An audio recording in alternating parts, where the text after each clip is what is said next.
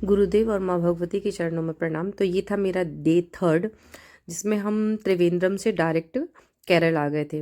और ये जो खूबसूरत नज़ारे आप देख रहे हैं ये है केरल का स्वर्ग। इसे केरल का स्वर्ग कहा जाता है। ये है पोवर्ड बीच जो बहुत ही सुंदर था।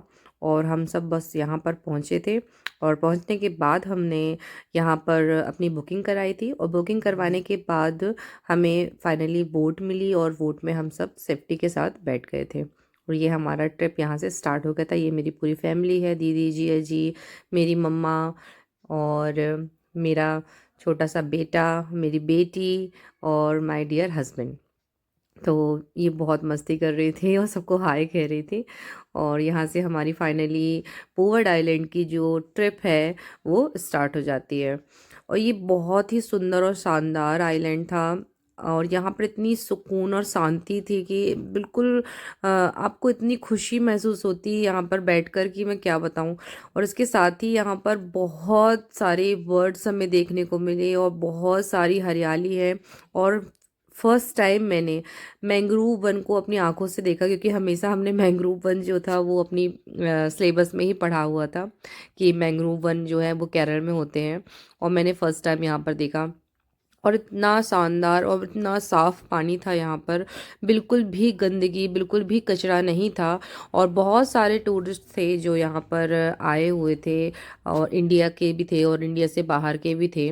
बहुत सारे मुझे विदेशी लोग भी यहाँ पर दिखाई दिए और बहुत ही शानदार आइलैंड था। और बस हम चलते जा रहे थे, इतनी शांति और सुकून आपको देखकर ही समझ में आ रहा होगा।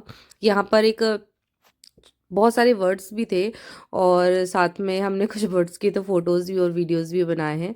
ये इतने शानदार नज़ारे थे यहाँ कर कि देखकर मतलब कि लग रहा था कि बस बैठे ही रहो यहाँ पर।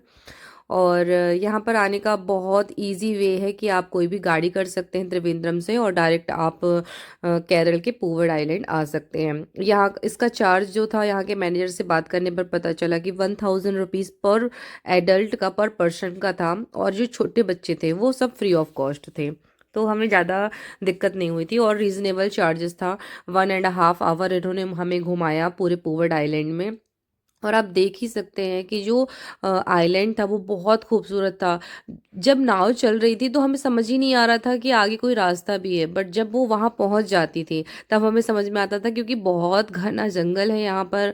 और उसके बीच में पूरे में पानी भरा हुआ, क्योंकि आपने मैंग्रोव वन के बारे में तो वैसे भी पढ़ा हुआ है। तो बहुत ही शानदार ये नज़ारे थे, देखकर ही बस बन रहा था कि वाह, बहुत अच्छा लग रहा था सबको।